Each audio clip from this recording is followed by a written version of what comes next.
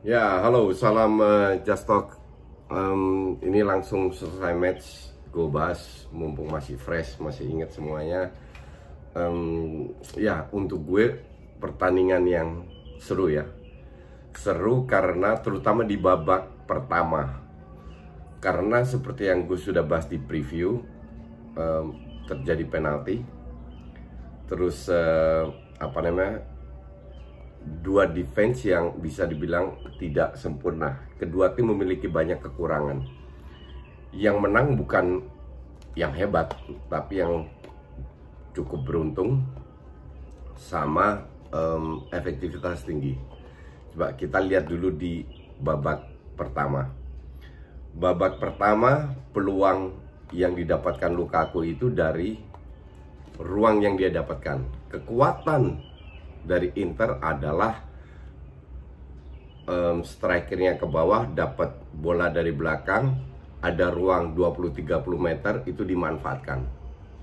Persis Lyon punya dua striker, Tokay Kambi sama Depay. Kayak lawan Munchen berapa menit pertama 3-4 peluang murni karena dapat ruang, mereka defense-nya high. Gol pertama penalti, layak penalti, gol. Nah, gol kedua itu Luuk de Jong masuk ke ruang, memang agak sulit di defense. Luuk de Jong masuk ke ruang di mana tidak ada orang, ya kan?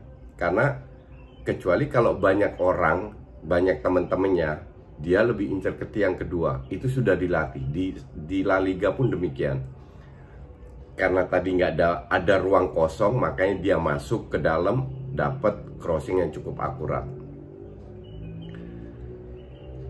Gol kedua dari Luuk de Jong itu sudah dilatih. Itu sudah gue bilang tadi di DPI, Luuk de Jong itu masuk bukan siaran. Jadi kita ada nobar tadi sama DPI 1 jam sebelum kick off. Gue bilang Luuk de Jong itu dipasang karena pada saat lawan Wolves, lawan MU, bola atas itu selalu kalah. Kemarin dipasang, Luuk de Jong selalu itu di tiang kedua dari belakang diincar. Jadi set play-nya itu sesuai dengan yang dilatih. Cuman golnya itu bisa terjadi gol, itu luck. Harus diakui itu luck. Bahwa bolanya itu benar-benar dengan parabola masuk ke atas lah, tidak bisa dicapai oleh Handanovic. Biasanya kalau de Jong itu headingnya ke depan, biar mungkin berharap ada pemain Sevilla yang melakukan finishing. Oke. Dua-dua golnya itu kalau gue bilang ini juga salah defense-nya Sevilla. Lu tahu bahwa Godin, De Vrij dan Bastoni masuk, mereka sangat kuat dengan bola atas. Harusnya Godin itu di cover, tapi akurasinya pas, persis jatuhnya di kepala Godin, masuk. Kelemahan lagi dari defense-nya Sevilla.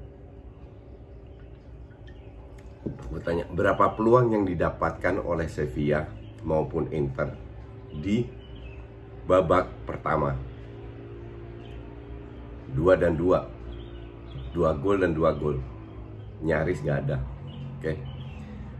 Kalau lu lihat Sevilla bermain lawan Wolves, lawan MU, bedanya bumi dan langit.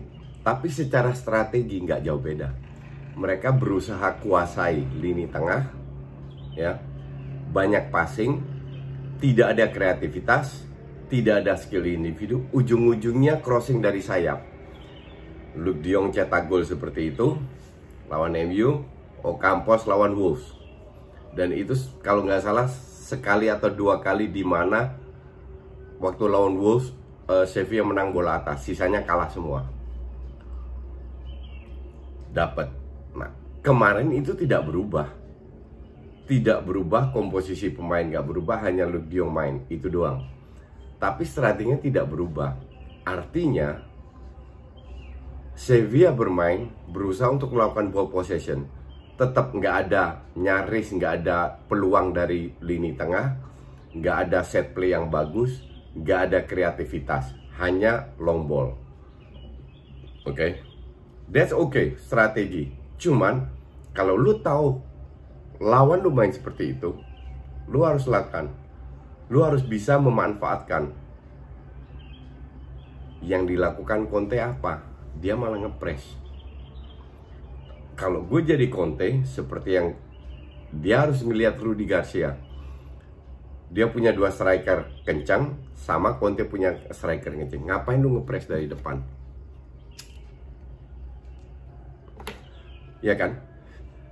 Mundur ke garis pertama, biar Sevilla datang. Karena Sevilla akurasi passing nggak bagus-bagus sama juga. Ada salah passing, manfaatkan kecepatan Lukaku dan Lautaro Martinez. Nyaris nggak ada. Sekali di babak kedua, di mana Lukaku dari tengah maju, peluang besar hanya kehadang sama Bono, kipernya Sevilla. Oke, selain itu nggak ada. Berapa peluang yang didapatkan Sevilla? 0. Kalau lu bilang gol ketiga itu peluang, itu kalau nggak disentuh Lukaku, itu kemana-mana, itu jauh ke samping. Kesentuh Lukaku, oke, fine, gol, bisa terjadi, ini sepak bola, oke. Apakah Lukaku bisa disalahkan? Gue bilang tidak. Yang gue salahkan Conte, murni Conte, yaitu dia tidak memanfaatkan ruang. Lu bisa bermain high press kalau seandainya Eriksen bermain. Karena kalau main high press antara pemain tengah, pemain depan yang ngepres, pemain belakang, pemain tengah, banyak space yang bisa dimanfaatkan oleh seorang Eriksen. Seandainya Inter ngepres, Sevilla melakukan long ball, menang di belakang, Inter ada 3 center back yang kuat, Eriksen dapat bola, itu bisa dimanfaatkan dengan end passing ke depan. Tapi kalau lu nggak bermain dengan Eriksen, nggak ada masalah juga. Tapi jangan ngepres. Berapa peluang sih yang didapatkan oleh Inter di babak pertama juga? Nyaris nggak ada juga. Iya kan? Babak kedua 1 doang. Pada saat Lukaku dari babak sendiri maju ke depan berhadapan dengan kiper, itu doang. Sisanya nggak dapat. Baru Eriksen masuk, udah telat. Karena Sevilla memasukkan Gudel sebagai defense midfielder, jadi bermain lebih bertahan, lebih repot lagi untuk Eriksen. 1. Terus yang mau sorot lagi, pemain Inter itu setengahnya itu mediocre, bener-bener jelek. Gue masih bingung kenapa Inter beli seorang Moses, dibuang dari itu, dan berapa kali dia masuk sebagai sub nggak ada gunanya. Ashley Young, babak pertama bagus, nyaris nggak ada di kiri. Nomor 5 Gagliardini dipasang terus sebagai starter. Bahwa Inter menang bukan berarti dia main bagus dong, ya kan?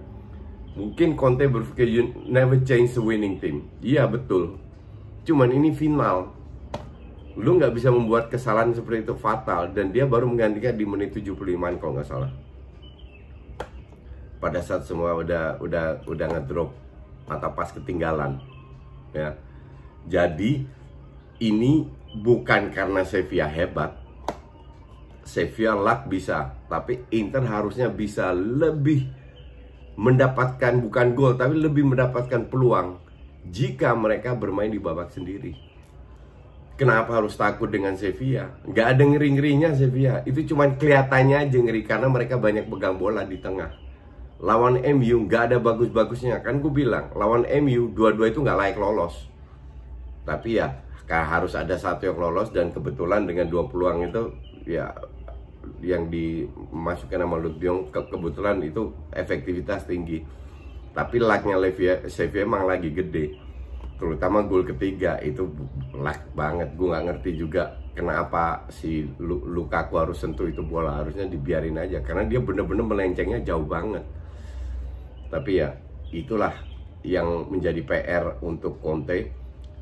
Gue selalu bilang di DPI, di podcast juga selalu bilang, musim sekarang ini Juve nggak bisa disentuh.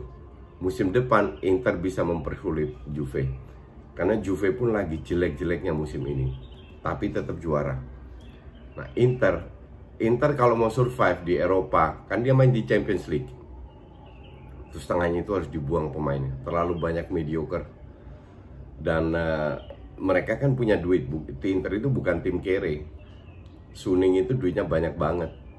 Jadi sangat bisa untuk beli pemain yang bukan pemain buangan, bukan pemain afkiran dari IPL. Pemain kayak Ashley Young, Moses itu harusnya dibuang. Bahkan Godin udah terlalu lambat. Terus Gagliardini, D'Ambrosio juga cuma lari doang. Ya, nggak bisa lu survive di Champions League dengan pemain-pemain sekarang. Bahkan Juve pun sudah berbenah. Higuain dibuang. Ada berapa pemain lah. Khedira di terminate, Higuain di terminate, Matuidi dibuang ke Inter Miami. Jadi akan ada banyak pemain yang dibuang karena ya Pirlo juga tahu pemain ini nggak akan mengangkat Juve untuk menang Champions League, dan Inter harus melakukan hal yang sama. Kalau seandainya Inter mau jadi juara ataupun mau survive di Champions League. Tapi Conte juga harus lebih smart lagi dalam menerapkan strategi, harus melihat kekuatan lawan seperti apa. Kecuali kalau tim lu kayak Liverpool, City, atau Madrid, Barca, nggak perlu adaptasi. Tapi Inter dengan kualitas kayak begini harus adaptasi dengan strategi lawan, dan itu tidak dilakukan oleh Conte malam ini. Dia tidak melihat, oh pemain gue seperti ini, strategi gue terapkan sesuai dengan kapasitas pemain gue. Yang dia lakukan adalah, gue pengen bermain seperti ini, pemain harus adaptasi. Nggak bisa, karena kualitas pemain lu tidak sehebat itu. Tapi ya ini pelajaran. Ya kita lihat lagi. Kita ketemu, ntar gue bikin preview hari Minggu untuk Champions League. Ini gue posting hari Sabtu. Dan kita lihat lagi di final Champions League. Thank you for watching.